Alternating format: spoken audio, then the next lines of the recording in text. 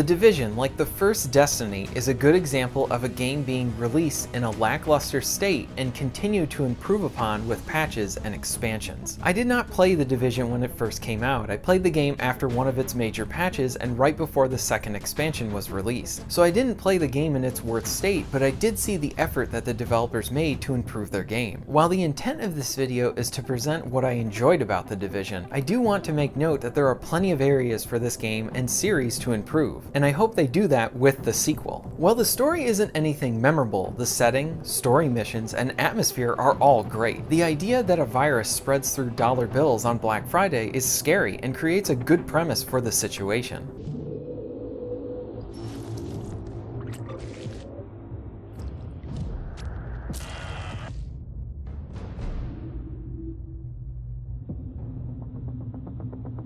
You to know this Black Friday you can sleep in. All over the region. Retailers are calling this their 149,000 stores offering sales in the cash sales changing hands.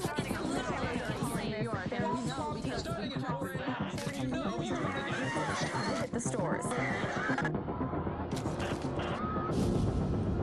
The flu season is off to its earliest Appears to be a previously unknown variant of the flu, suspected case catching many experts off guard. Today I was feeling like maybe Back on the breaking news, leading with unconfirmed reports of a smallpox outbreak. Is a highly rehearsed scenario. The story missions are punctuated by great shootouts, forward momentum, and a sense of urgency. Each story mission has a specific objective you're tasked with doing. It usually ranges from protecting something or preventing one of the gangs from blowing up something. They are focused, linear events that you can enjoy by yourself or with friends. I love playing them and wanted to replay them as I went through the game. Confirmed. It's Napalm B, all right. With that much capacity, they must be planning to burn out the whole damn yard. And when they do, they're gonna kill every last refugee in that shanty town. We need that tank moved somewhere safe.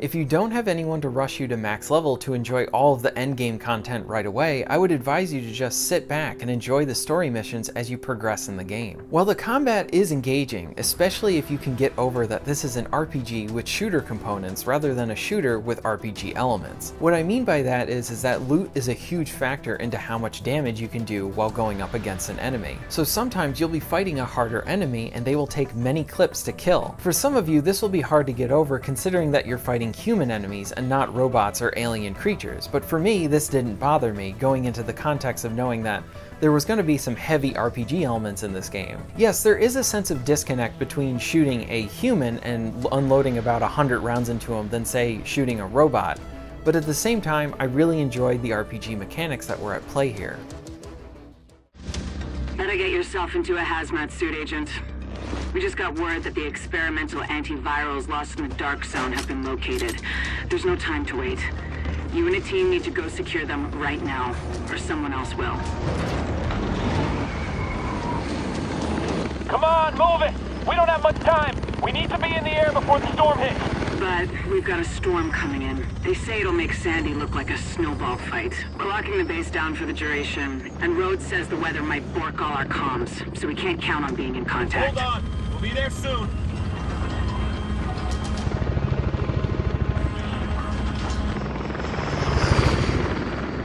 Just get there before the storm really hits. And listen, do whatever you need to do to get back alive. In many cases, post-game content consists of adding to the existing gameplay. This might be seen with new weapons, gear, vehicles, and even new missions. For the most part, many of those post-game missions play very similar to the base game. The survival DLC for The Division really changed how you thought about the game, and for the better. Within this mode, you'll need to monitor your food, water, cold, and virus levels. As you explore the city, you'll need to scavenge for food and water. If those levels dip, you can have negative effects placed upon you because now you're you're hungry and dehydrated, and these can also be the reason why you lose a combat encounter. The cold weather is deadly. When you start, you don't have the appropriate clothing for the situation. If you don't have enough warm clothing or you're out in the cold for too long without being near a heat source, you'll freeze to death. This is where some of the risk and reward comes in, because you need to find new equipment to better equip yourself to survive, but the best way to find new equipment is you need to then explore. So you'll need to go away from situations where you're in a safe spot where it's nice and warm and go out into the cold until you find that appropriate clothing to be able to tackle the environment better. Burning garbage cans and unlocked buildings can act as a great sense of relief as you're exploring and your cold levels are getting just a little too high.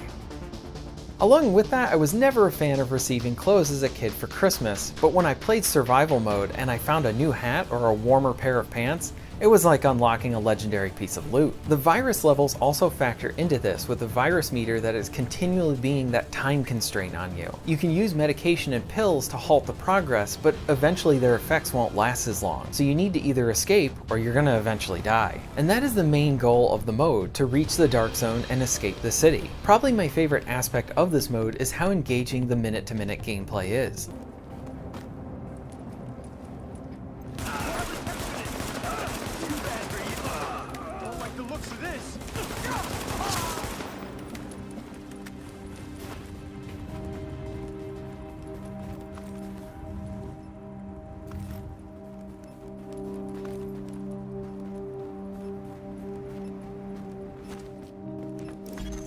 Warning.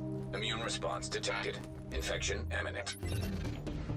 While in the main game, your job is to shoot all the bad guys on the screen, in survival mode, it really makes you rethink that.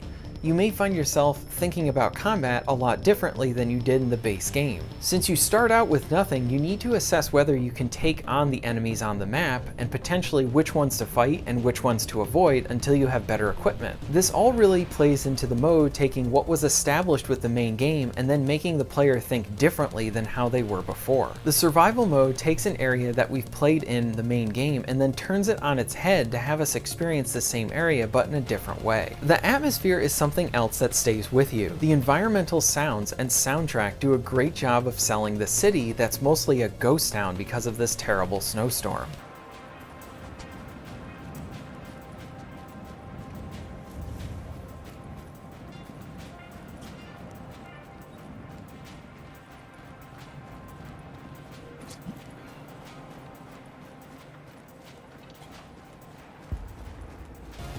The other variable you're going to need to factor in is whether you want to play on a map with people who can also attack you. You'll always be on a server with other people, and this plays into you trying to gather resources and better equipment, because someone else may have gone through an area that you just got to and now all the supplies are gone. This does make you feel like you just stumbled upon this long lost treasure when you go into a building that's full of supplies and no one else has grabbed them. If you play on servers with enemy players, this can create a very interesting situation as they can attack each other or you can decide to team up. It is a great situation of creating these uneasy alliances where you don't really know if you can completely trust the individual that you're with, but at the same time you appreciate their help. I was and still impressed with this mode. I do think that they just scratched the surface with the potential of this mode, and I want them to further elaborate on it for the sequel. Survival has a lot of great appeal because it takes a different mindset while playing it than the main game, and you're continually earning rewards for that main character when you exit the mode. This creates a great sense of satisfaction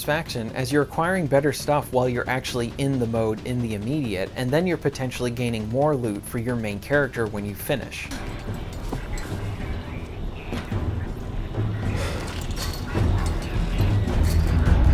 Transmissions jammed. Proximity coverage only.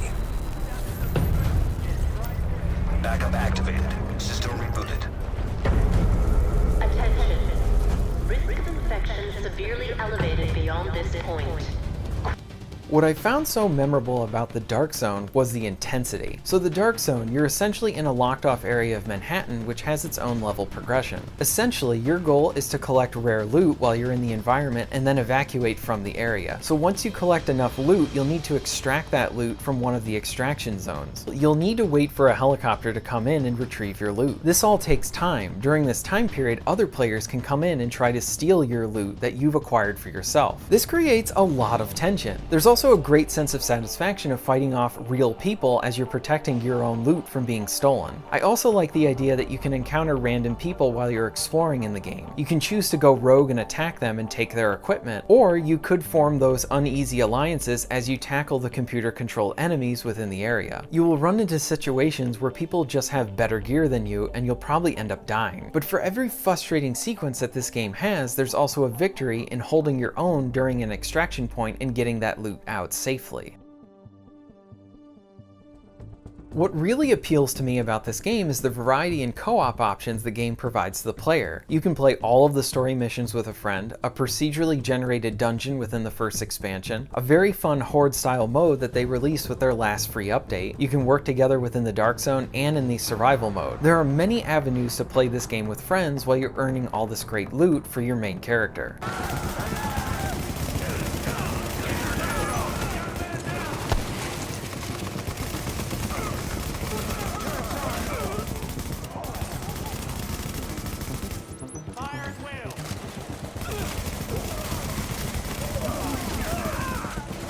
The Division is not a perfect game nor a bad game. The Division is an example of a studio releasing a game and then continuing to improve upon their base game. And at the end of the day, we have a very fun game. I hope that the developers take what they have learned here with The Division and improve upon it for the sequel. There are many great elements of this first game, and it would be a great move to include all of those elements and modes within the sequel. Learn from the mistakes of its contemporaries like Destiny 2 and do not remove features that were present within the first game but missing within the sequel. The Division 2 has a great opportunity to be one of those rare sequels that surpasses the original. The Division didn't start out great, but it most certainly worked towards it.